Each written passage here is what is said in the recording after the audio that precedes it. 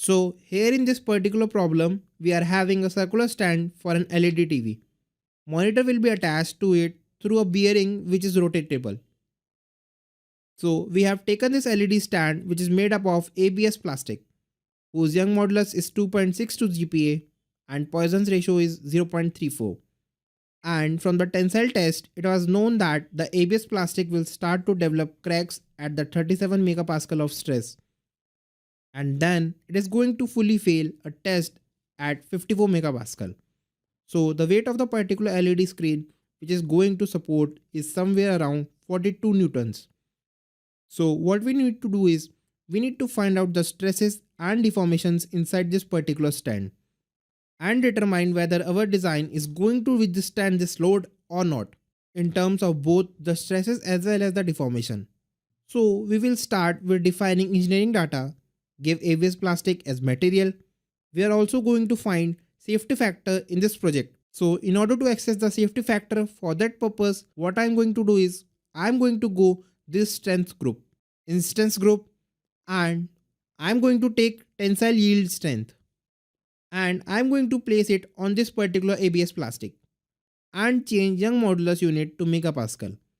Give value of 2600 and Poisson ratio of 0.34. Go to tensile yield strength because according to the problem, we have seen that this ABS plastic was tested using tensile testing and it was developing cracks at 37 megapascal and it will fully fail at 54 megapascal. So for better design that we are going to consider 37 megapascal as our ultimate failure to node.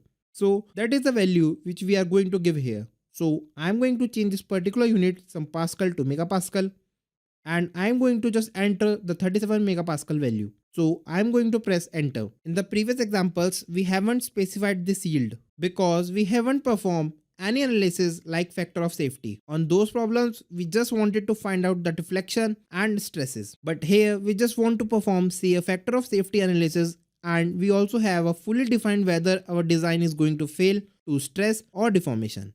Now import geometry, update project.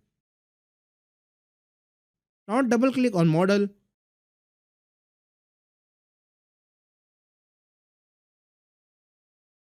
And here is our TV stand on which we are going to perform simulation. The next thing we need to do is apply boundary conditions to solve this particular problem. First, select model, change material to ABS plastic.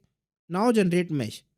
So we have generated a mesh to this model. Now I need to fix the bottom part of the model. So instead of just selecting fix support, I will select the displacement and then I will select this phase and I'm going to apply. And then I will just fix every component in X, Y and Z direction component. So once you are done with this, you need to go right click on the static structure, say insert. You need to select the bearing load and once you select the bearing load, the first and foremost thing is you need to select a circular face where the bearing is going to stay. And this is a circular face on which the bearing is going to stay or attach it. So I am going to select the circular face and going to apply. And once I apply, see here I need to give the magnitude. So select this edge. The force that is applied through the bearing, it is nothing but the weight of the LED TV. You can change the direction from here, so it is around 42 Newton. So I am going to enter 42 Newtons. See here, this particular value has been defined through vector. And see the direction showing negative y direction. As we apply the boundary conditions as well as this loads. Now we need to solve this problem. Say insert and select equivalent stress. Now I am going to take the deformation and I am going to take the directional deformation because my load is totally acting in negative y direction. So instead of finding out the total deformation, I can just go to the directional deformation and change the orientation to y axis from x axis. And I am going to find out the deformation. Say I am going to evaluate the result. Click on solve.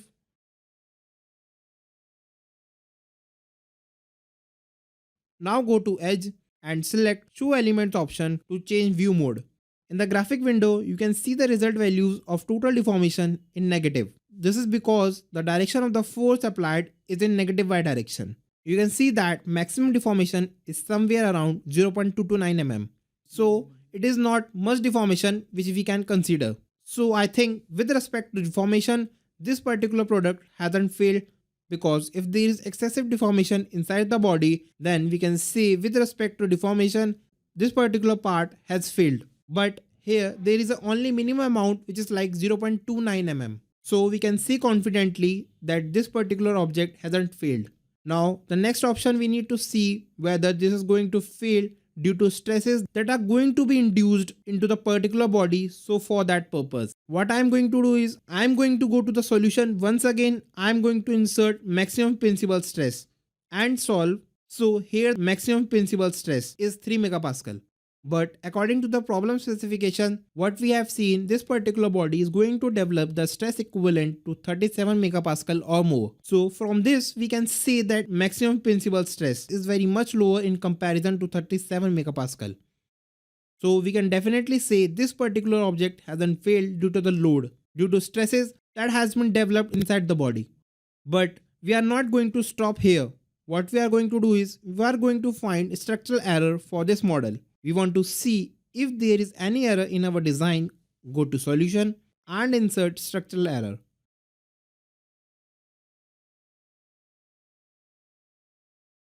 You can see that near this edge we have more amount of structural error. So what I'm going to do is I'm going to go to a mesh.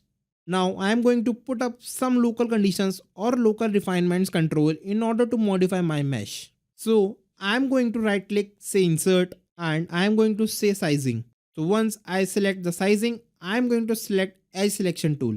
And I'm going to select this edges. See here, by pressing Ctrl, I'm going to select multiple edges. Selecting this multiple edges. So what happens is instead of referring the total body to refine it, locally what happened, the number of equations to be solved or the number of nodes or elements that are formed will be lower, and we can have a much efficient solving process or much efficient solving time. So once I am done with this selection, I am going to press apply and change element size to 2 mm. Once we have done this, we are going to regenerate the mesh. Now you see in comparison with the previous mesh, what happened, the refinement has occurred at selected edges. Now again solve the problem. Now you come to the structural error. See here, so most of the structural error has gone. You can click on animation to see the results.